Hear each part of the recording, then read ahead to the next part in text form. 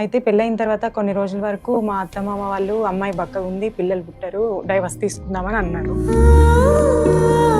ఇట్లా మామూలుగా అక్కడ సర్వెంట్ లాగా వచ్చేది మేడం ఒక ఆమె, మార్వాడి ఆమె. ఆమెతో రిలేషన్ లో ఉన్నాడని నాకు తర్వాత చాలా రోజుల తర్వాత తెలిసింది. వేరే అక్రమ సంబంధం ఉందని మీకు నాకు తెలియదు మేడం. తర్వాత ఈ రిలేషన్ బయటపడిన తర్వాత హైదరాబాద్ వద్దు, ఈ క్యాటరింగ్ వద్దు అసలు అని నేను అప్పుడు సూసైడ్ చేసుకున్నాను మేడం. ఒకసారి అటెంప్ట్ చేశాను. ఓవర్ గా ఎక్కువ నమ్మినా మేడం నేను.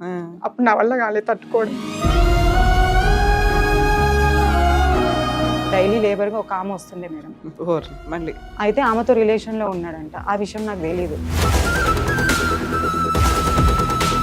ఎందుకు ఇంతకు ముందు లాగా ఏమైనా ఉన్నాడేమోనని డౌట్ వచ్చి చిన్న యాప్ ఒకటి ఇన్స్టాల్ చేసి పెట్టా మేడం ఆయన మొబైల్లో. పెట్టిన తర్వాత ఒక వారం అయింది, నేను ఆ యాప్ ఒకసారి ఓపెన్ చేసి చూసేసరికి ఫోన్ చేస్తుంది కదా, ఎల్లుంగా నీకు ఇదే పని కదా, భయపడుతున్నావు, అంతగానో భయపడేవాడు నా దగ్గర ఎందుకు ఉంటున్నావు అన్నట్టుగా ఈ కన్వర్జేషన్ ఇద్దరిది కొంచెం వల్గర్ గానే ఇలా నడుస్తుంది మేడం. సంబంధం ఉందని ఒప్పుకుంటుందా? ఇద్దరు ఒప్పుకున్నారు మేడం, ఇద్దరు ఒప్పుకున్నారు. నా దగ్గర ఫొటోస్ కూడా ఉన్నాయి మేడం. ఇప్పుడు ఏమంటాడంటే, నువ్వు ఎందుకు భయపడుతున్నావే, అదేం చేస్తావో చూద్దాం, ముందు ఏం చేసుకుంటావో చేసుకో, ఎవరు చెప్పుకుంటావో చెప్పుకోపో, ఏదంటే కోర్టులో చూసుకున్నాం పో.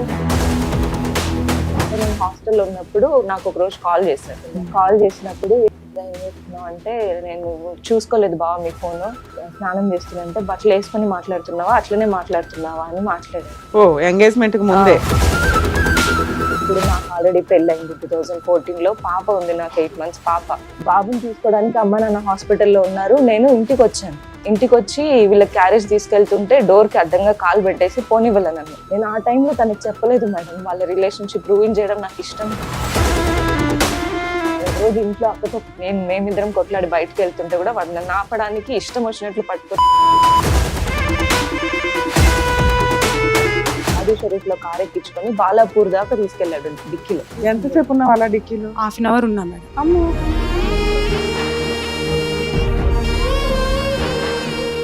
నమస్తే అమ్మా. నమస్తే మేడం. ఎక్కడి నుంచి వచ్చారు, ఏంటి ప్రాబ్లం? నా పేరు మేడం, మాది అరేంజ్ మ్యారేజ్ మేడం. హిందూ సంప్రదాయం ప్రకారమే పెళ్ళి అయింది, 3 పిల్లలు. ఏ ఇయర్ లో అయిందండి మ్యారేజ్? 2014లో మ్యారేజ్ అయింది మేడం.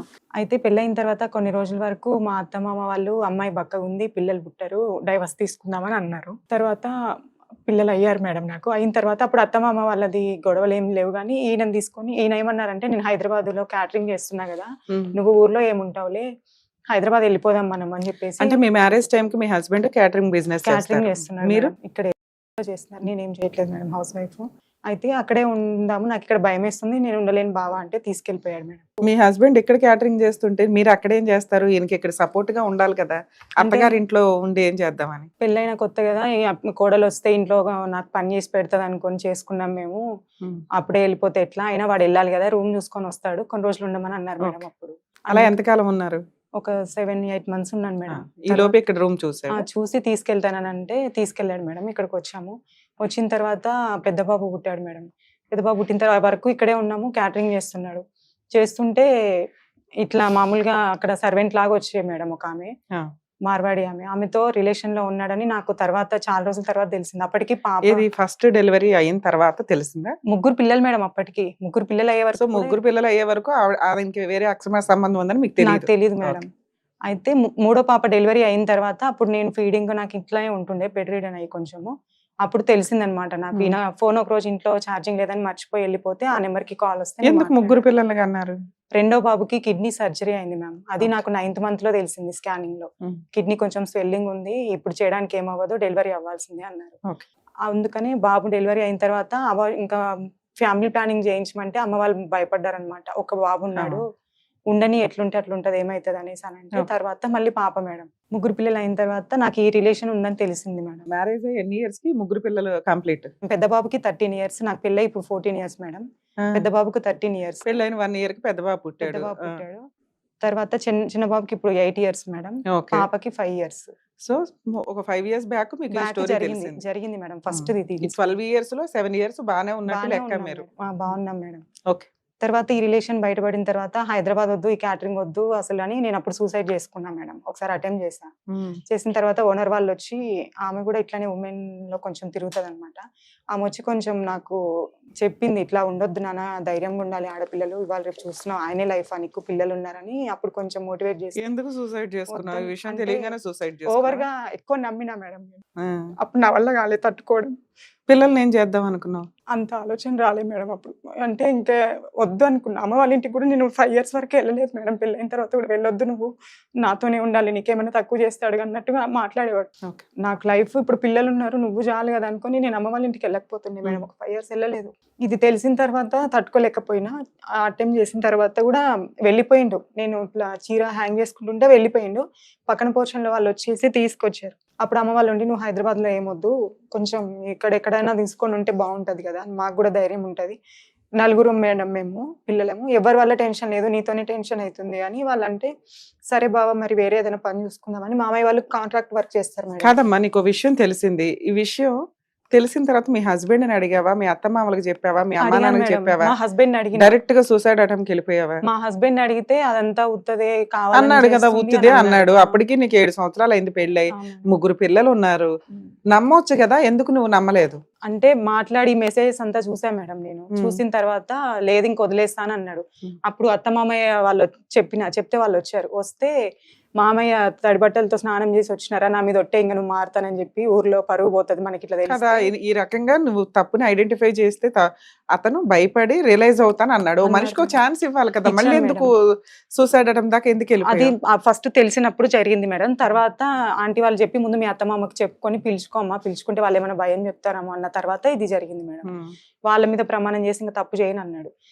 సరే మా మామయ్య వాళ్ళందరూ కాంట్రాక్ట్ వర్క్ చేస్తున్నారు నల్గొండలో, మనం కూడా వెళ్ళి ఏదైనా వర్క్ చేసుకుందాము, ఈ ఊరొద్దు, నాకు భయం వేస్తుంది ఇక్కడ ఉండాలంటే, వెళ్ళిపోదాం బావా అంటే సరే అని చెప్పేసి వచ్చినాడు మేడం.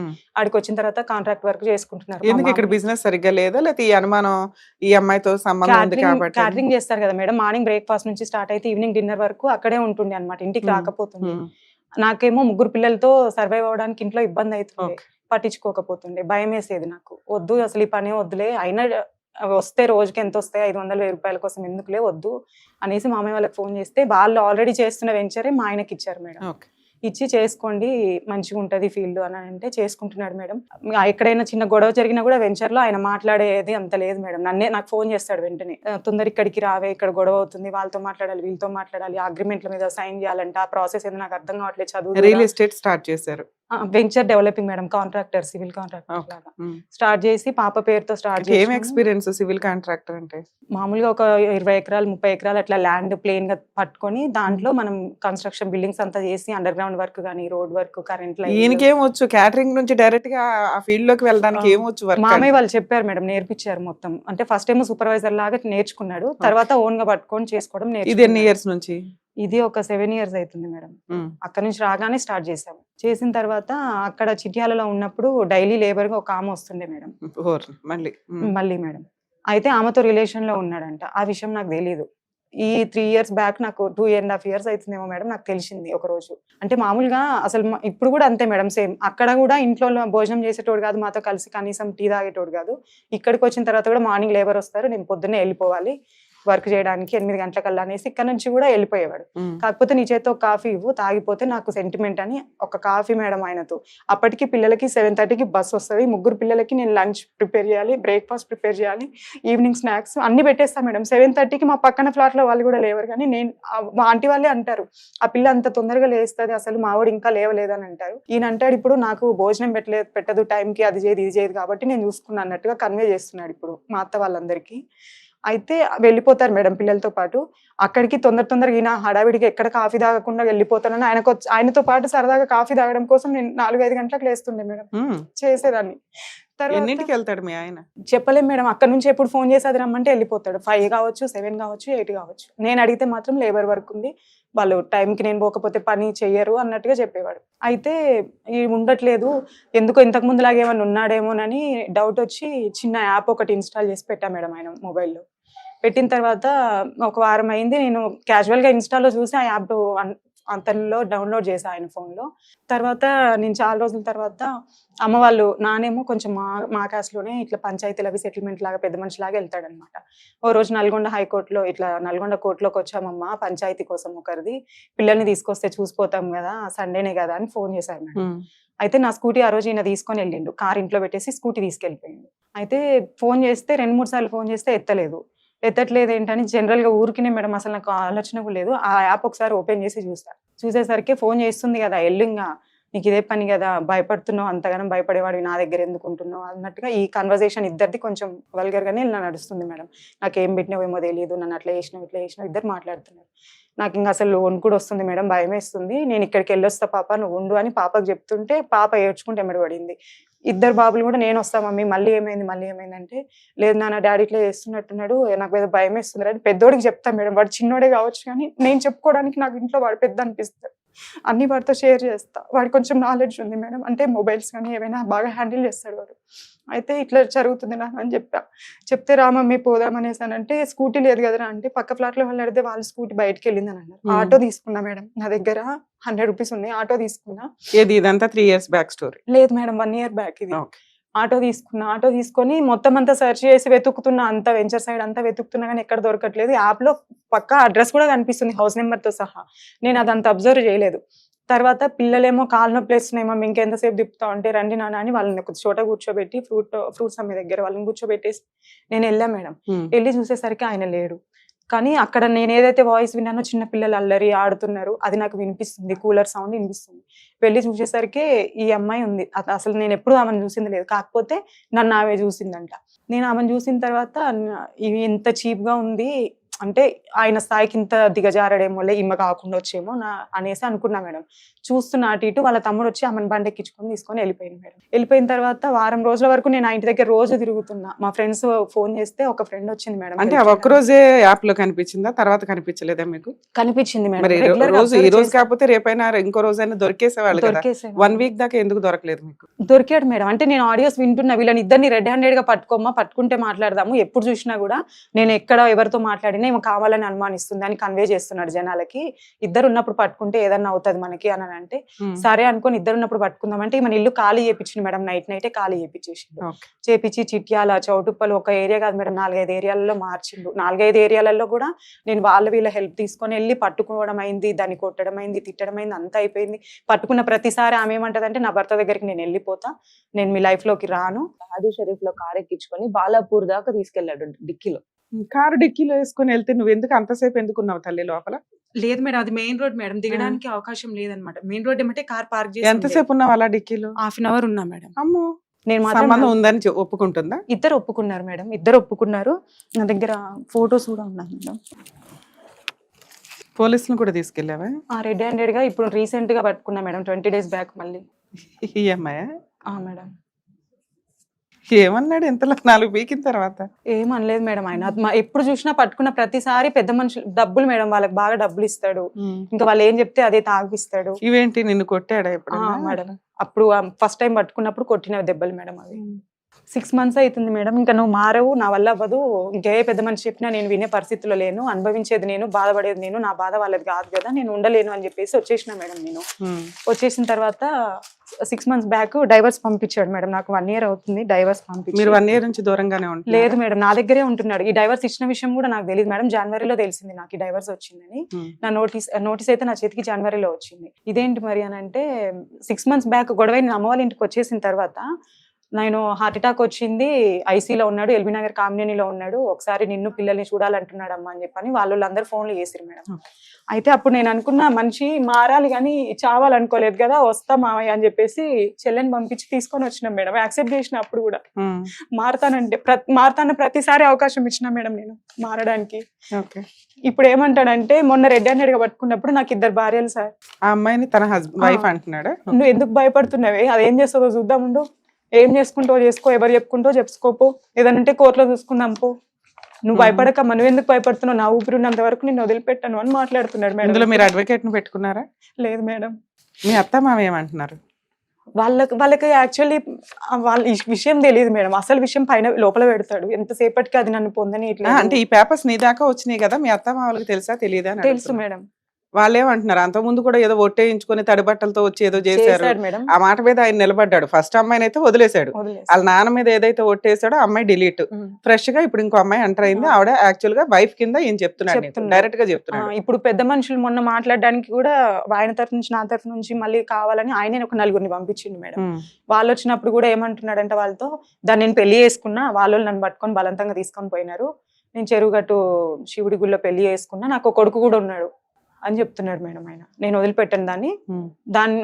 మరి ఆ పిల్లలకి ఏదన్నా ప్రాపర్టీ అంటే నీ పేరు మీద ఉన్నది కదా, అది ఆ పిల్లలకి ఇస్తే వాళ్ళ భవిష్యత్తు చదువుకోవడానికి ఉపయోగపడుతుంది కదా, 3 పిల్లల్ని భార్యని రోడ్ మీద సడన్ గా వదిలిపెట్టేసినావు, ఏంది పరిస్థితి అని అంటే మాట్లాడట్లేదు. నేను ఇవ్వను, నేను చూసుకోనని చెప్తున్నాను, దానికి ఏం తక్కువ కాకుండా చూసుకుంటా. మేడం 2025 లో డైవర్స్ కేసు వేశాడు, దగ్గర దగ్గర 8 months 9 months అవుతుంది.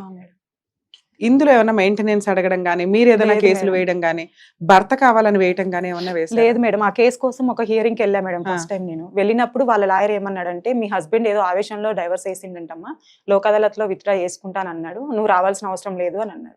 తర్వాత నేను వెళ్ళలేదు. 2 హియరింగ్స్ తర్వాత నాన్నకు తెలిసిన ఫ్రెండ్ కి ఒక ఆయన కాల్ చేసి, మరి ఇట్లా సంగతి, ఆయన మళ్ళీ మారట్లేదు, గొడవలు పెట్టుకుంటున్నాడు, అడిగితేనేమో కలిసి మీతో కలిసే ఉన్నాడా? కేసు వేసిన తర్వాత కూడా మొన్నటి వరకు 1 month బ్యాక్ వరకు కూడా కలిసి ఉన్నాం మేడం. ఇప్పుడు ఇది ఇష్యూ జరిగి 1 month అవుతుంది. 2025 లో మీ హస్బెండ్ డైవర్స్ కేసు వేశాడు, నీకు భయం వేయలేదా, వదిలేస్తాడు నన్ను, సెకండ్ మ్యారేజ్ అయ్యింది అంటున్నాడు అని చెప్పి? మరి 20 days బ్యాక్ మళ్ళీ పట్టుకొని ఏం చేద్దామని నువ్వు చెప్పాడు మేడం, అబద్ధం అని చెప్పాడు మేడం. అది ఆడియోస్ ఉన్నాయి మేడం ఆయనవి. నేను కావాలని చెప్పా, ఊరికినే చెప్పా, నేను దాన్ని భయపెట్టియాలని నమ్మింది, పెళ్లి చేసుకున్నా, నాకు కొడుకున్నాడని చెప్పాడు, నేను భయపడుతుందామే అని చెప్తున్నాడు. ఇప్పుడు నాకేం చెప్పావు నువ్వు? కోర్టులో గానీ, పోలీస్ స్టేషన్ దగ్గర గానీ, పెద్ద మనుషుల దగ్గర గానీ, నాకు పెళ్లి అయ్యింది, నా భార్య, నాకు కొడుకున్నాడు, సరే ఎక్కడైనా బయట నీకు చెప్పాడు అని అక్కడ దాకా చెప్పి ఆపావు. ఇప్పుడు నువ్వేమంటున్నావు అంటే అవన్నీ అబద్ధాలండి అని ఇద్దరు మాట్లాడుకుంటున్నారు మేడం ప్రైవేట్ గా. వాళ్ళిద్దరు నువ్వు ఇది రెండిట్లో ఏది నమ్ముతున్నావు?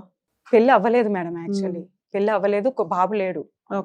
కాకపోతే వీళ్ళతో వదిలేయలేక ఆ మాట చెప్తున్నాడు. ఇక్కడికి ఎందుకు వచ్చారు? కంప్లైంట్ చేశాడు మేడం, పిఎస్ లో కంప్లైంట్ చేశాడు. ఎవరు? అతనే చేశాడు. మళ్ళీ పట్టుకున్న తర్వాత, రెడ్ హ్యాండెడ్ గా పట్టుకున్న తర్వాత, నేను ఎక్కడ డిప్రెషన్ లో సూసైడ్ చేసుకుంటాను, ఇంతకు ముందే చేసింది, పిల్లలు ఉన్నారని అమ్మ నాన్న వచ్చి నాతో ఉంటున్నారు మేడం. ఉంటుంటే మా అత్తమామ వచ్చి మా ఇంట్లో ఉంటున్నారు, నన్ను బయటకు వెళ్ళగొట్టేసిండ్రు అని చెప్పని అక్కడ ఒక సైదాబాబు అని ఎస్ఐ ఉన్నాడు మేడం, ఆయనతో మాట్లాడుకొని ఏం జరిగిందో తెలీదు. ఆయన వచ్చేసి ఏమన్నాడంటే, నువ్వు పిల్లలు ఇద్దరు ఇంట్లో ఉండొద్దు అని. అర్ధరాత్రి 12 గంటలకు వర్షం వస్తుంది మేడం, పిల్లల్ని నన్ను బయటకు వెళ్ళగొట్టేశారు మేడం. ఇప్పుడు మళ్ళీ నిన్న ఎస్పీ ఆఫీస్కి వెళ్ళాడంట, భార్య కాపురానికి రావట్లేదు, కావాలని ప్రాపర్టీ అడుగుతుంది, నాదేం తప్పులేదు సార్, నాకు న్యాయం చేయండి అని చెప్పని వెళ్ళాడు. అక్కడికి వెళ్తే అయిపోయేది కదా, ఇక్కడికి ఎందుకు వచ్చావు? మీ హస్బెండ్ వేసింది డైవర్స్ నిన్ను భయపెట్టడానికి, నిన్ను కంట్రోల్ చేయడానికి, నీ అనుమానం ఏదైతే ఉందో దాన్ని కొంచెం ఆపి నా కాళ్ళ దగ్గర పడి ఉంటదేమో అనిపించడానికి. సరే, అదైతే నిజమే, అతనికి అక్రమ సంబంధం ఉందా అనేది నిజమే. మీకేమైనా సైకలాజికల్ ప్రాబ్లం ఉందా? లేదు. మరి దానికి తగ్గట్టు ఫైటింగ్ చేయాలి కదా, భర్త కావాలని అనాలి, కోర్టుకి వెళ్ళి.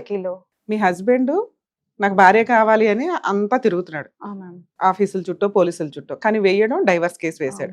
మీరు ఈ కేసులో కౌన్సిలింగ్ కి వెళ్ళినా కేసు క్లోజ్ అవుతుంది. మీ ఇద్దరు కలిసి ఉంటారా ఏంటా అనేది క్లారిటీ. ఆ పోలీస్ స్టేషన్ లో అతను ఎక్కడికైతే వెళ్ళాడో అక్కడికి వెళ్ళినా మీకు ఒక క్లారిటీ. మీ ఇద్దరికి కౌన్సిలింగ్ జరిగిద్ది, నిజంగా భార్య కావాలా వద్దా, అబద్ధంగా అందరి దగ్గరికి వెళ్తున్నాడా అని. అబద్ధంగా వెళ్తున్నాడు మేడం, అంటే కావాలని ప్రయత్నం చేస్తున్నా, ఆమె రావట్లేదు అనేది వాళ్ళకి చెప్తున్నాడు మేడం. దాని వల్ల యూజ్ లేదు, డైవర్స్ వేసాడు, నువ్వు డైవర్స్ ఎందుకు డిస్మిస్ చేయించలే? ఏమో మేడం, అంటే మేము అడ్వకేట్ ని పెట్టుకోవాలన్నారు మేడం. ఫస్ట్ ఉమెన్ పిఎస్ లో ఎఫ్ఐఆర్ అయిపోయింది, ఎఫ్ఐఆర్ అయింది, పోలీస్ స్టేషన్ కంప్లైంట్ ఇచ్చారు. అక్కడ కౌన్సిలింగ్ లో రాలేదా అతను? కౌన్సిలింగ్ కి 3-4 సార్లు పిలిచిన సిఐ మేడం రాలేదు మేడం.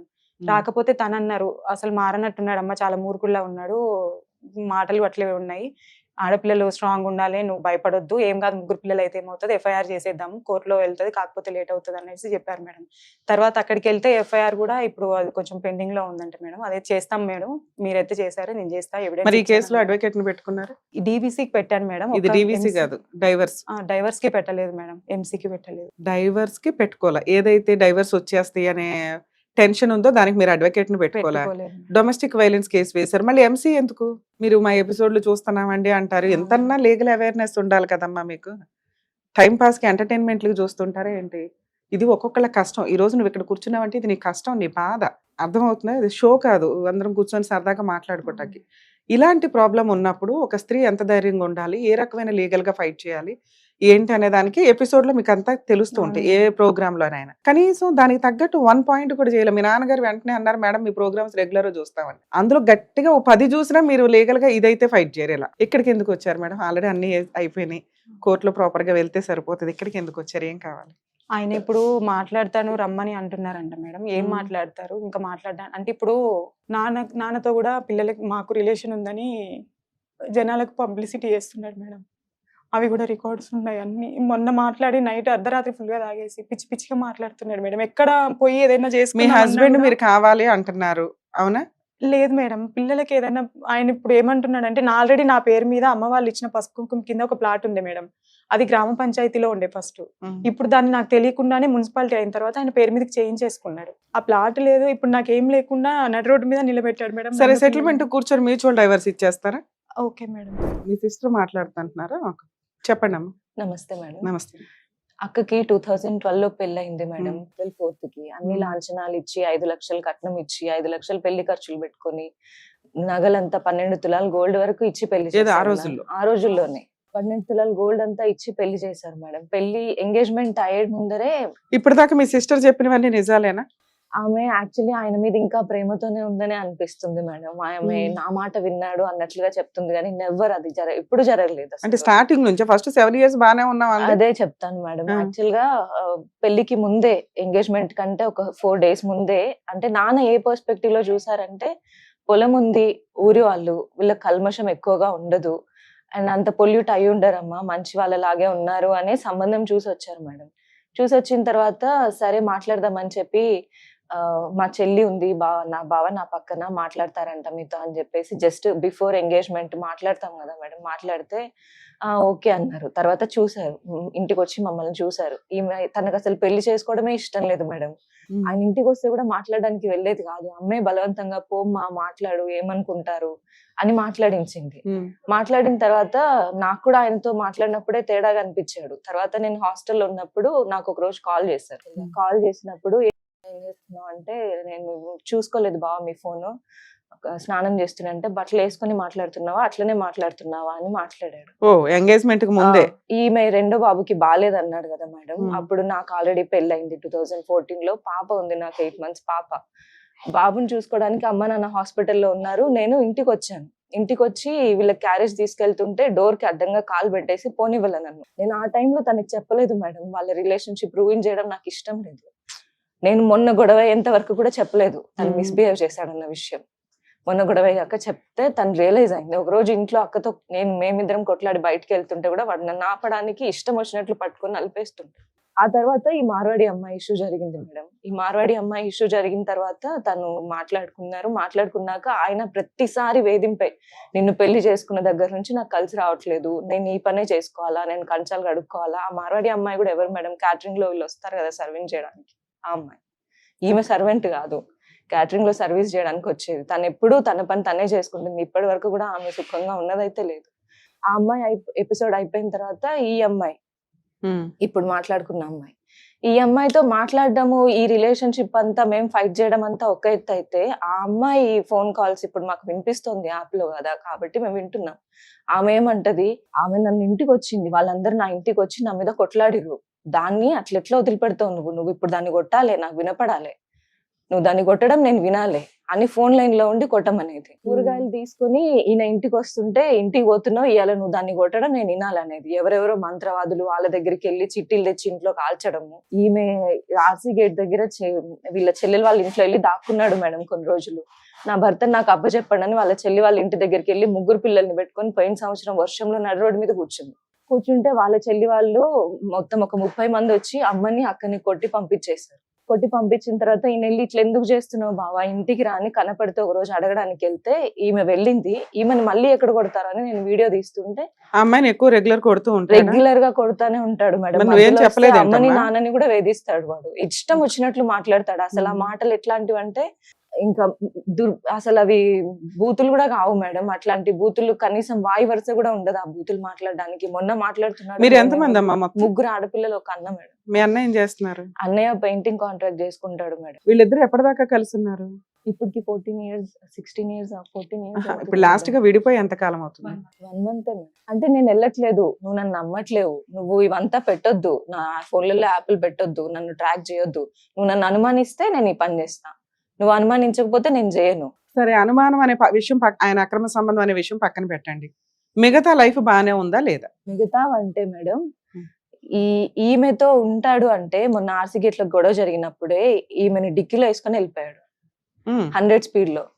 నేను మా హస్బెండ్ తో వెనక కార్ లో చేస్ చేస్తూ వెళ్తున్నాము, ఆర్సీ గేట్ లో మన పహాడీ షరీఫ్ మేడం, పహాడీ షరీఫ్ లో కార్ ఎక్కించుకొని బాలాపూర్ దాకా తీసుకెళ్లాడు డిక్కీలో.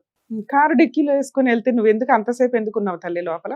లేదు మేడం, అది మెయిన్ రోడ్ మేడం, దిగడానికి అవకాశం లేదనమాట. మెయిన్ రోడ్ ఏమంటే కార్ పార్క్ చేసి ఎంతసేపు ఉన్నావు అలా డిక్కీలో? హాఫ్ అన్ అవర్ ఉన్నా మేడం. అమ్మో, హాఫ్ అన్ అవర్ వరకు అక్కడ నుండి బాలాపూర్ వాళ్ళ చెల్లెలు వాళ్ళ ఇంటి వరకు తీసుకెళ్లాడు మేడం. వాళ్ళ చెల్లెలు వాళ్ళ ఇంటి గేట్ దగ్గర కార్ ఆపితే వెళ్తాడేమో లోపల, కానీ కార్ డిక్కీలోంచి అప్పుడు నేను దిగా మేడం. దిగి ఫోన్ అందులో వేసా, లొకేషన్ అమ్మ వాళ్ళకి షేర్ చేసి ఉండే, నేను నన్ను ఫాలో అవుతున్నారనేసి. అప్పుడు పోలీసులు ఫోన్ చేయాలి కదా, చేశారా చేయలేదా? చేశాను మేడం, ఏమైంది ఆ కేసు? ఏమైంది? అసలు సపరేట్ కేసు, వైఫ్ ని కారు డిక్కీలో వేసి తీసుకెళ్లడం ఒక హాఫ్ అన్ అవర్ అనేది. చేసాం మేడం. అప్పుడు చేస్తే లేదమ్మా ఇది ఆ ఏరియా కిందకి వస్తుందని వాళ్ళు చెప్పారు, ఈ ఏరియా కిందకి వస్తుంది అక్కడ కాల్ చేయాలని వాళ్ళు చెప్పారు మేడం. అప్పుడు కూడా పహాడీ షరీఫ్ లో కేసు పెట్టిన క్రైమ్ పెద్దది కదమ్మా, ఏ ఏరియాకి వస్తే ఉంది వెళ్ళొచ్చు కదా, 0 ఎఫ్ఐఆర్ అన్న చేయమన్నారు మేడం. తీసుకోమన్నారు. సరే, వాళ్ళు ఇంకొక జ్యూరిస్డిక్షన్ చెప్పారు, అక్కడ వెళ్ళారా? వెళ్ళాను మేడం, వెళ్ళి చెప్పాము అక్కడ. తర్వాత మీరు కూర్చోండి అమ్మా, నేను తనతో మాట్లాడతాను. 90% లీగల్ ప్రొసీడింగ్స్ లో ల్యాక్ ఆఫ్ అవేర్నెస్ చాలా ఉన్నప్పటికీ, ఆఫ్టర్ లాక్డౌన్ కానీ అంతకుముందు కానీ బేసిక్ గా ఒక ఉమెన్ కి ఏ చట్టాలు ఉంటాయి, ఎక్కడికి వెళ్తే ప్రొసీడింగ్స్ ప్రకారం ఫ్రీ సర్వీసులు దొరుకుతాయి అనేది కూడా మేము ఎప్పటికప్పుడు ఎక్స్ప్లెయిన్ చేస్తూనే ఉన్నాం. ఈ స్టేజ్లో లేకపోతే ఇంకొక ప్రోగ్రామ్ స్టేజ్లో ఏవైతే ఉన్నాయో అవి డైరెక్ట్గా మీకు తెలియటం వల్ల ఈజీగా వచ్చేస్తే పని అవుతుందని అనుకుంటారు తప్ప, గవర్నమెంట్, జ్యుడిషియరీ, కోర్టులు ఎక్స్పెన్సెస్ పెట్టి legal cell authority, Lok Adalat అని అడ్వకేట్లు పెట్టుకోలేని వాళ్ళకి ఫ్రీ సర్వీసులు ప్రొవైడ్ చేశారు. బేసిక్ ఒక ఉమెన్ 498 డొమెస్టిక్ వైలెన్స్ మెయింటెనెన్స్ కేసులు వేస్తుంది. హస్బెండ్లు భార్యని కాపరానికి రమ్మనో వద్దనో కేసులు ఫైల్ చేస్తూ ఉంటారు. తెలియక అన్ని రకాల కేసులు వేసుకుంటూ కూర్చుంటారు. కానీ పోలీస్ స్టేషన్ కేసు మీరు ఆల్రెడీ ఫైల్ చేశారమ్మా, 498 కేసు, అది ప్రాపర్గా వేస్తున్నట్టే లెక్క. ఇక్కడ మనం మాట్లాడుకోవాల్సింది ఈ యాప్ల గురించి. ఫ్యామిలీ మ్యాటర్స్లో సీక్రెట్గా యాప్స్ పెట్టి కనిపెట్టే ఎవిడెన్స్ లీగల్గా వ్యాలిడా కాదా? ఒకటి, ఈ ప్రోగ్రామ్కి ఈ అమ్మాయితో పాటు వాళ్ళ నాన్నగారు, అమ్మగారు, సిస్టర్స్, మేబీ వాళ్ళ బ్రదర్స్ కూడా ఉండుంటారు. ఇందులో ఒక స్త్రీ చూడకూడని ఫొటోస్ ఉన్నాయి, ఒక పురుషుడు చూడకూడని ఫొటోస్ ఉన్నాయి. ఇద్దరు లవర్స్ వాళ్ళు పర్సనల్గా పంపించుకునేవి ఈ అమ్మాయి వచ్చి నాకు చూపించింది. మేబీ వీళ్ళ నాన్నగారు చూస్తుంటారు. ఇప్పుడు వీళ్ళ నలుగురు దృష్టిలో నేను ఆ ఫోటో చూసిన దాన్ని. ఇది రేపొద్దుట కోర్టులో ఫైల్ చేస్తే లీగల్గా వ్యాలిడ్. సెన్స్ ఉండాలా, కొన్ని ఫోటోలు చూపించాలా చూపించకూడదా అనేది బేసిక్ నాలెడ్జ్. అర్థమవుతుందా? మీరు నన్ను ఇన్సల్ట్ చేసినట్టు లెక్క. మీరు ఆ ఫోటో చూపించి, నీకు తెలియదు అందులో ఏం ఫోటో ఉందని? మీకు సైకలాజికల్ ప్రాబ్లమ్ అని ఎందుకు అడిగానో తెలుసా? ఏం ముద్రిస్తావు అది చూపించి నాకు, ఏం చేద్దామని? అంటే ఆయన ఎంత దిగజారు. అవునమ్మా, ఒక పర్సనల్ ఫోటోలు అంటే ఎస్టిమేట్ చేయలేని స్టేజ్లో నేను లేను ఇక్కడ. ఒక కోర్టు ఉండదు, ఒక జడ్జి ఉండరు, అందరికీ పర్సనల్ ఫోటోలు అంటే ఈ రోజున బట్టలు ఇప్పుకొనే దిగుతున్నారు అందరు. అవునా? ఆ ఫోటో మీరు ఎంత త్వరగా పక్కన పడేసుకుంటే అంత బెటర్. దరిద్రం అనమాట. ఆ దరిద్రం వాళ్ళిద్దరికీ సెట్ అవుతుంది. అక్రమ సంబంధాలు పెట్టుకున్న వాళ్ళకో, లవర్స్కో, వైఫ్ అండ్ హస్బెండ్కో మూడో వ్యక్తి చూడటం అనేది అసహ్యకరమైన విషయం. వాళ్ళ వాల్యుబుల్ టైం ఎందుకు స్పాయిల్ చేయడం? నేను చాలాసేపు సైలెంట్గా వింటూ ఎందుకు కూర్చున్నానంటే ఫ్రీజ్ అయింది కాసేపు నాకు. ఇంత అసహ్యకరమైన ఫోటో నాకెట్లా చూపిస్తుంది ఈ అమ్మాయి అని. చాలా కేసుల్లో చూస్తామండి, ఒక స్త్రీకి సంబంధించిన పర్సనల్ విషయాలు, ఆ అమ్మాయి ప్రాస్టిట్యూట్ అయినా, అమ్మాయి తిరుగుబోతైనా, అమ్మాయి అక్రమ సంబంధం అయినా, వేరే ఎవ్వడికి కూడా ఆ ఫోటోలు చూపించే రైట్స్ మీకు లేవు. లీగల్గా అది చాలా సీరియస్ కేసు. ఈవిడ బాధితురాలు, ఒక రకంగా విక్టిమ్. కానీ విక్టిమ్స్ అంతా చేసే పని ఏంటంటే ఎక్స్ట్రా మ్యారిటల్ అఫైర్స్ ఉన్న అలా ఆయన నలుగు పీకితే సరిపోయేదిగా. తప్పు చేసింది ఎవరో, అమ్మాయి లైఫ్ స్పాయిల్ చేసింది ఎవరో, వాళ్ళ ఆయన. ఆ అమ్మాయి కాకపోతే ఇంకో అమ్మాయి, ఇంకో అమ్మాయి కాకపోతే ఇంకో అమ్మాయి, తిరుగుతానే ఉంటాడు. అలాంటి వెధవని ఏం చేయాలని చూడడం మానేసి ఆడాళ్ళ మీద పడడం కామన్ అయిపోయింది. దానివల్లే అడల్టరీ కేసు ఎత్తుపడేశారు. ఆడళ్ళు తన్నుకుంటున్నారని ఈ రోజు కాలర్ ఎగరేసుకుని అక్రమ సంబంధాలు పెట్టుకుంటున్నారు. పెద్ద పెద్ద విఐపీలు కూడా అదే డైలాగ్ చెప్పుకుంటూ కూర్చుంటారు, అక్రమ సంబంధాలు కోర్టే, సుప్రీంకోర్టే ఓకే చేసిందని. ఎందుకంటే దాని క్రైమ్ పర్సంటేజ్ ఎక్కువ పెరిగిపోవడం వల్ల తీసి పడేశారు. అదే అమాయకురాలు మళ్ళీ ఈ అమ్మాయి.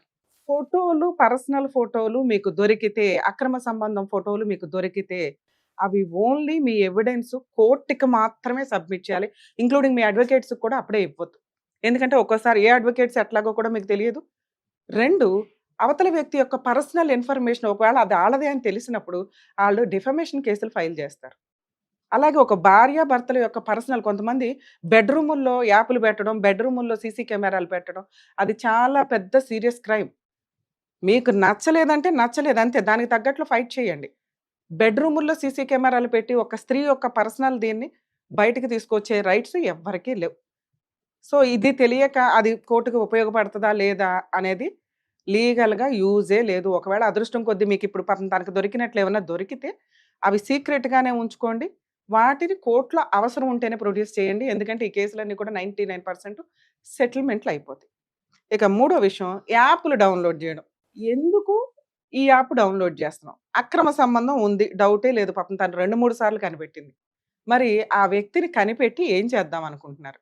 మ్యూచువల్ డైవర్సా? కోర్టుల చుట్టూ తిప్పడమా? కలిసి ఉండడం. కలిసి ఉందాము అనుకుంటే మీరు ఇవి కనిపెట్టడం వల్ల యూజే లేదు. ఆ వ్యక్తి భయపడుతున్నంత వరకు నీతో కాపురం చేస్తాడు. దాన్ని కంట్రోల్‌లో పెట్టుకొని నీ వైపు మార్చుకోవడం ఎట్లా అని ఆలోచించాలి. చిచ్చి ఇట్లాంటి వెధవ నాకు అవసరం లేదు మేడం అన్నప్పుడు మీ యాప్‌లు ఉపయోగపడతాయి. మీరు మీ సిస్టర్ వచ్చి చెప్పే వరకు క్లారిటీయే లేదు మీ లైఫ్ మీద మీకు. మీ ఫ్యామిలీ మెంబర్స్ అంతా అతని చేతిలో సఫర్ అయిన వ్యక్తులు. మీ సిస్టర్ నీకు కూడా చెప్పుకోలేక అతను మిస్‌బిహేవ్ చేస్తే, అరే! సిస్టర్ ఏమవుతదో, వాళ్ళ కాపురం ఏమవుతదో అని ఆ అమ్మాయి సఫర్ అయ్యి పాపం మనసులోనే పెట్టుకుంది. చాలా ఇళ్లల్లో ఈ దరిద్రం ఉంటదండి. అసలు మగజాతిని ఈరోజు మనం మంచి అని ఏదో మాట్లాడుకోవాలి తప్ప 99% వరస్ట్. అది తాత వయసా, బాబాయ్ వయసా, నాన్న వయసా, బావ వయసా, అన్న వరస ఏ వయసు లేదు, ఏ వరస లేదు. దరిద్రం. సొంత భార్య అక్కడ ఉన్నా కూడా బెడ్‌రూముల్లోనో, బాత్రూముల్లోనో మన రిలేటివ్ వెళ్తే దాన్ని పట్టుకోవాలి. ఇది పాపంతో సమానం అండి. ఒక స్త్రీ మీ వల్ల, మీ టచ్ వల్ల బాధపడింది అంటే ఇది మీరు టన్నులు టన్నులు పాపం మూటగట్టుకున్నట్టే. ఇలాంటి దరిద్రపు అలవాట్లు దయచేసి పెట్టుకోకండి. ఆ అమ్మాయి ఎంత సఫర్ అయ్యి ఉంటది. స్టిల్ ఈరోజు ఆళ్ళ అక్కకి సపోర్ట్ చేయడం కోసం అమ్మాయి వచ్చి కూర్చొని నిజం మాట్లాడింది. వాళ్ళ హస్బెండ్ వినొచ్చు. మేబీ ఆయన కూడా అర్థం చేసుకుంటారు. ఎందుకంటే, అరే! నా భార్య ఇట్లా రేపొద్దున నా కూతురు ఉంటే ఆ స్టేజ్‌లో ఎంత నరకం పడతా ఉంటారు ఇవన్నీ. ఇట్లాంటి దరిద్రపు అలవాట్లు ఎవరైనా ఉంటే దరిద్రం వదిలించండి సార్. ప్లీజ్ దయచేసి పాపాలు మూటగట్టుకొని అనవసరంగా ఇదవ్వకండి.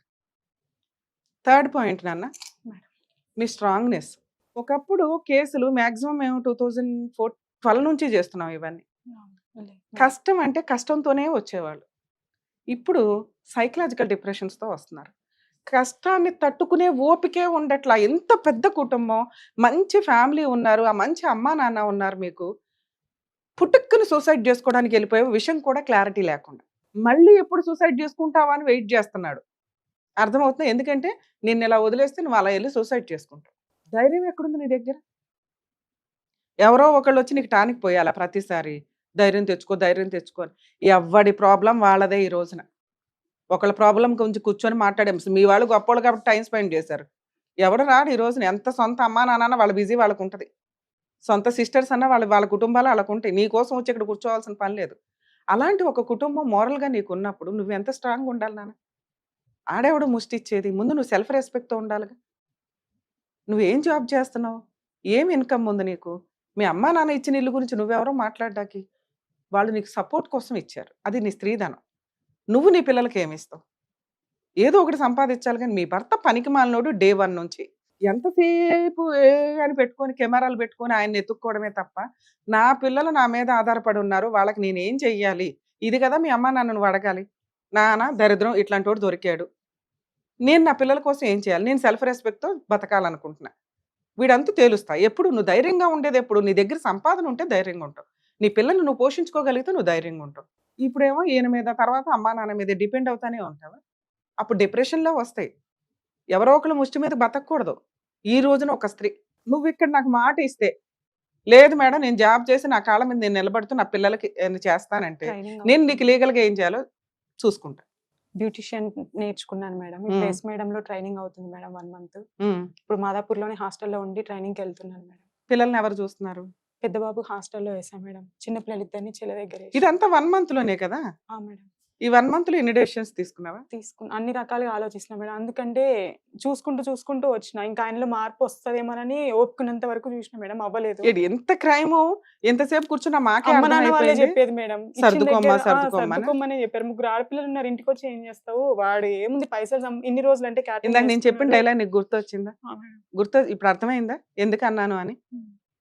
ఈ రోజున ఇంతే. మనం ఒక పూట వెళ్ళి భోంచేయాలా, వాళ్ళు 2 పూటలు వచ్చి భోంచేసి వెళ్ళాలి. వాళ్ళకేదైనా కష్టం వస్తే చూసేలాగా కూతురు ఉండాలే తప్ప నీకోసం నుంచోవలసిన అవసరం లేదు. ఈ మాత్రం సపోర్ట్ నీకు ఇస్తున్నారు ఇంతే. ఏ రిలేషన్స్‌లోనన్నా సెల్ఫ్‌గా బతకడం నేర్చుకోండి. ముఖ్యంగా స్త్రీలు. ఎవ్వరి మీద డిపెండ్ అవ్వొద్దు. క్యారెక్టర్‌తో ఉండండి. ఎందుకంటే క్యారెక్టర్‌లో పోయినాక ఈ రోజున ఒక స్త్రీ ఎందుకు ఏడుస్తుంది ఇక్కడ? ఓ మహాతల్లి క్యారెక్టర్ వల్ల ఏడుస్తుంది. నాన్న మేడం. మిగతా ప్రాసెస్ లీగాలిటీ మాట్లాడు. మీ హస్బెండ్ వేసిన పిటిషన్‌లో 2 పేజీలు డైవర్స్ కేసు. కోర్టుకు వెళ్లకుండా 90% కేసుల్లో ఏం జరుగుతుంటదంటే హస్బెండ్‌లతో కలిసే ఉంటుంటారు. ఆళ్ళ ఇంట్లోనే ఉంటారు.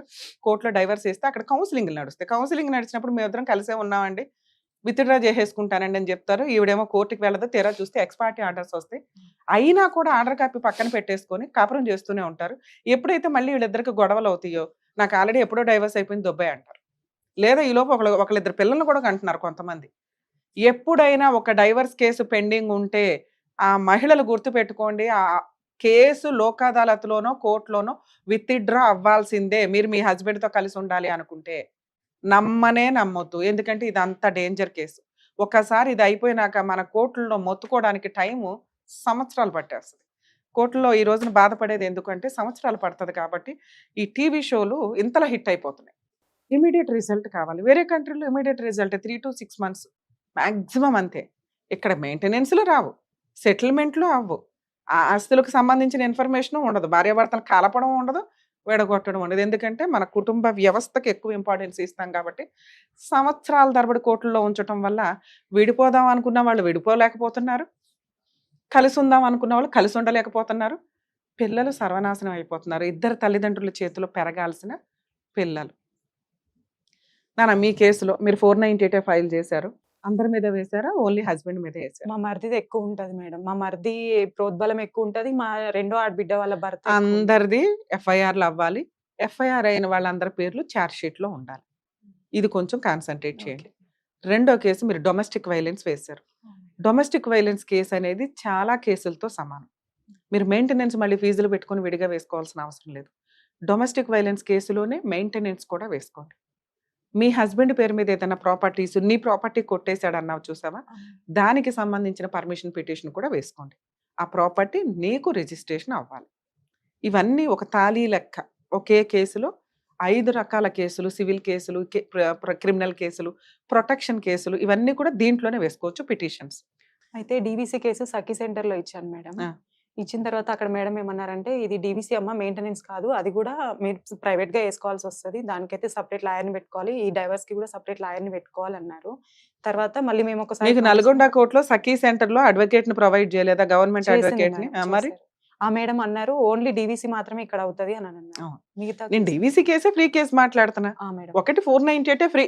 సగం వరకు పోలీసులు ఉంటారు. మిగతా సగం పబ్లిక్ ప్రాసిక్యూటర్. ఓకే. రెండో కేసు ఏంటి? Domestic violence case. మేడం. మీరు సఖీ సెంటర్ ద్వారా వెళ్ళారు. మీరు ఫ్రీ అడ్వకేట్‌ని అడిగే అలాట్ రైట్స్ చేశారు. మీకున్నాయి.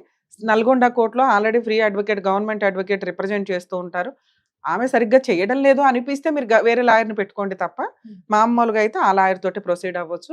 నేనేం చెప్తున్నాను, అందులోనే గవర్నమెంట్ లాయర్స్ ఎవరైతే ఉన్నారో మేమేమో లీగల్ సెల్ అథారిటీ వాళ్ళతో, తెలంగాణ లీగల్ సెల్ అథారిటీ వాళ్ళతో మాట్లాడిన తర్వాతే మీకు అన్ని క్లారిటీ ఇస్తున్నాం. లా బుక్స్ వేరు, ఫెసిలిటీస్ వేరు. ఈ ఫెసిలిటీస్ ప్రాపర్‌గా ఉన్నాయా లేదా అని కన్ఫర్మ్ చేసుకున్నాక మీరు మా ఎపిసోడ్‌లు చూస్తే అర్థమవుతుంది. లీగల్ సెల్ అథారిటీ ఇన్ఛార్జ్ కూడా చాలా సందర్భాలు లైవ్‌లో ఫోన్ మాట్లాడారు. ఆమెను పంపించండి అమ్మా మా టీంకి చెప్తాము అని. ఫ్రీ గవర్నమెంట్ అడ్వకేట్స్ సఖీ సెంటర్స్‌లో ప్రొవైడ్ చేస్తారు. ఒకవేళ అడ్వకేట్లు మీకు ప్రాపర్ గైడెన్స్ ఇచ్చి కోర్టులో సరిగ్గా ఇప్పుడు నేను చెప్పిన పిటిషన్స్ వెయ్యలేదు అంటే అడిగే రైట్స్ మీకున్నాయి. వెయ్యకపోతే జడ్జికి చెప్పండి. వేరే పబ్లిక్ ప్రాసిక్యూటర్‌ని మీకు అపాయింట్ చేస్తారు. ఎందుకంటే కొన్ని కేసుల్లో నేను విన్నాను, మేము జస్ట్ రిప్రజెంటే చేస్తాము బిజీ అంటే దయచేసి అట్లాంటి వాళ్ళు పబ్లిక్ ప్రాసిక్యూటర్స్ కింద అప్లికేషన్ పెట్టుకోకండి. సఖీ సెంటర్స్‌లో మెయిన్‌గా పీపీలు వేరు, పబ్లిక్ ప్రాసిక్యూటర్స్ వేరు. సఖీ సెంటర్స్‌లో వెళ్ళండి ఏంటంటే టెంపరరీ మీ ఈచ్ కేస్‌కి ఇంత అని వాళ్ళకి ఏదో ఇస్తూ ఉంటారు. సాలరీ లెక్క చిన్నగా. సో దానివల్ల వీళ్ళు గుడ్ విల్ కోసం చేయాలని కొంతమంది అనుకుంటారేమో కానీ సీరియస్గా చేసేవాళ్ళు ఉన్నారు, ఎక్కడో ఒకటి అరా ఉంటారు. అలాంటి అడ్వకేట్స్ ప్రాపర్గా చేయకపోతే మీరు అడగొచ్చు, ఎవరైనా అడగొచ్చు. తెలంగాణ స్టేట్లో ఖచ్చితంగా అలా మీకు ఏమైనా కంప్లైంట్ అనిపిస్తే తెలంగాణ హైకోర్టులో లీగల్ సెల్ అథారిటీ ఉంటుందండి, 2nd ఫ్లోర్లో ఉంటుంది బిల్డింగ్లో, అక్కడికి వెళ్ళి మీరు కంప్లైంట్ కూడా ఇవ్వచ్చు. ఈ కేసులో డీవీసీలోనే ఇంటీరియం మెయింటెనెన్స్లో ఇవేయచ్చు. మూడోది డైవర్స్ కేసు నాన్న, దీనికి మీకు అడ్వకేట్ కావాలి. మేబీ మేము ఫ్రీ సర్వీస్ ఇవ్వలేం కానీ నేను ఒక జూనియర్ని అపాయింట్ చేస్తాను దీంట్లో. ఈ కేసులో ఇంటీరియం మెయింటెనెన్స్ వేయండి, ఓకే. ఈ కేసులో కాంపెన్సేషన్ అడగండి, నేను వాళ్ళకు కూడా ఫోన్ చేసి చెప్తాను, ఓకే. నీకు కాపురం కావాలంటే కౌంటర్ క్లెయిమ్ కింద కాపురం కావాలని వేయొచ్చు. వద్దు నాకు డైవర్సే కావాలి అంటే కౌంటర్ క్లెయిమ్ కింద డైవర్స్ అడగొచ్చు విత్ కాంపెన్సేషన్. ఇది నేను ఆ జూనియర్కి చెప్తాను, మీరు వెళ్ళి కలవండి నల్గొండ కోర్టులో. మరీ ఫ్రీ సర్వీసులు చేయమని చెప్పలేము, ఎందుకంటే వాళ్ళు అక్కడ ప్రాక్టీసే కదా, కొంచెం చూసుకోండి నామినల్గా. నేనేమన్నా మీ హస్బెండ్తో మాట్లాడినా, మీరు ఫుల్ అండ్ ఫైనల్ సెటిల్మెంట్ అడుగుతున్నారు, కలిసి కాపురం చేయాలి అంటే యూజే లేని వ్యవహారం. లీగాలిటీ 2nd పార్ట్ ముందు చెప్పేశాను నీకు, ఏది లీగల్గా ఫైట్ చేయాల్సి వస్తే ఇది. ఒకసారి ఏమన్నా ఫుల్ అండ్ ఫైనల్ సెటిల్మెంట్ మాట్లాడమంటే మాట్లాడతాను, మీరు ఇక్కడ దాకా మమ్మల్ని నమ్ముకొని వచ్చారు కదా. మాట్లాడండి మ్యామ్. అది కూడా నేను ఏమంటున్నా అంటే, నేను ఎట్లయితే వచ్చినో అట్లే వెళ్ళిపోవడానికి నేను రెడీ ఉన్నా మేడం. నాయన నాకేమి ఇవ్వకుండా పర్వాలేదు. ఎక్కడికి వెళ్ళిపోతావు, విడాకులు ఇచ్చేయడానికా? డైవర్స్ ఆయన అడుగుతున్నాడు, ఇవ్వడానికి నేను రెడీ మేడం. కాకపోతే పిల్లలకి ఆయన చేసే సెక్యూరిటీకి ఆయనకు డౌట్ ఉంటే ఆయన పేరు మీద నామినీ పెట్టుకున్నా ప్రాబ్లం లేదు. ఎంత ఏం ఎక్స్పెక్ట్ చేస్తున్నావు? ఆయన పేరు మీద ఇప్పుడు మొత్తం కలిపేమో 5 ఎకరాలు ఉంది మేడం, 5 ఎకరాలు 6 ఎకరాలు ఉంది. ఈయన పేరు మీద పర్సనల్ గా 2 ఎకరాలు ఆల్రెడీ ఉంది, ప్లస్ నా ల్యాండ్ తీసుకున్నాడు. నా ల్యాండ్ ఏదో నా పాపకి చేస్తే రిజిస్ట్రేషన్, ఆ 2 ఎకరాలు ఇద్దరు బాబులకు చేసేస్తే చాలు అంటున్నాం మేము. సరే అడుగుదాం నాన్న, ఒకవేళ మీరు సెటిల్మెంట్ కూర్చోండి ఒకసారి, ఆ టైంకు కూడా మేము అందుబాటులో ఉంటాం. మీరు ప్రశాంత్ గారికి ఫోన్ చేస్తే సెటిల్మెంట్ ప్రపోజల్స్లో మీరు ఏదైతే అడుగుతున్నారో ఆయన విల్లింగ్గా ఉండి కాపురానికి తీసుకెళ్తాను అంటే సేఫ్టీ పర్పస్గా మీరు ఎట్లాగో కొంత ఏదో ఒకటి అడుగుతారు కాబట్టి అవి రిటర్న్గా రాయించుకోండి, ఒక అగ్రిమెంట్ లాగా. కాపురానికి వెళ్ళండి, హ్యాపీగా ఉంటే పిల్లలకి తల్లి తండ్రి ఇద్దరు ఉన్నట్టే లెక్క. అందులో మేజర్గా ఉండాల్సింది ఆయనకి ఇక నుంచి అక్రమ సంబంధాలు పెట్టుకోను అని. నెక్స్ట్ ఈ కేసు విత్ డ్రా చేసుకునే దానికి తిరగండి. లేదు మేడం ఫుల్ అండ్ ఫైనల్ సెటిల్మెంట్కి వచ్చారు, ఇంత అమౌంట్ సెటిల్మెంట్ కూడా బాగానే ఉందంటే మీకు ఆల్రెడీ మా జూనియర్ అడ్వకేట్ని రిఫర్ చేస్తానన్నాను, మనకు తెలిసిన వాళ్ళు ఎవరైనా ఉంటే అక్కడికి వెళ్దూరు, ప్రాపర్ వేలో క్లోజ్ చేసుకుందరు, ఇస్తాను అనేవన్నీ ఇప్పించుకోండి. థర్డ్ ఆప్షను, ఇన్ కేస్ నేనేమి ఇవ్వను, ఏం చేసుకుంటారో చేసుకోండి అంటే, మీకు ఆల్రెడీ ఫస్ట్ టైం పట్టుకున్నప్పుడు చెప్పారు మీ అత్త మామ కూడా, ఆల్రెడీ ఉన్న 7 ఎకరాల్లో 2 ఎకరాలు పిల్లలకి ఇస్తాము నీకు సేఫ్టీ, కానీ నీ ప్రాపర్టీ ఎక్కడికి పోతల్లి, లింక్ డాక్యుమెంట్లో మీ నాన్నగారి పేరో ఇంకెవరి పేరో నీ పేరో ఉంటే, అంటే ముందు రిజిస్ట్రేషన్ కింద మీ ఆయన పేరు మీదకి మారటానికి ముందు ఉన్న డాక్యుమెంట్ని బేస్ చేసుకుని అది మీకు మీ కుటుంబానికి సంబంధించింది అయితే కోర్టు ఖచ్చితంగా మీకు రిటర్న్ చేస్తుంది. సో ఇలా లీగల్గా ప్రొసీడ్ అవ్వడానికి చూడండి ధైర్యంగా. ఉన్నంతలో మా వరకు మా టీం కూడా మీకు లీగల్ హెల్ప్ చేస్తారు. అలాగే ఏమైనా సెటిల్మెంట్లో నాతో మాట్లాడించాల్సి వస్తే కూడా ప్రశాంత్ గారిని కాంటాక్ట్ అవ్వండి, అందుబాటులో ఉంటాం. సరేనా? All the best ma'am. Thank you. జాగ్రత్త.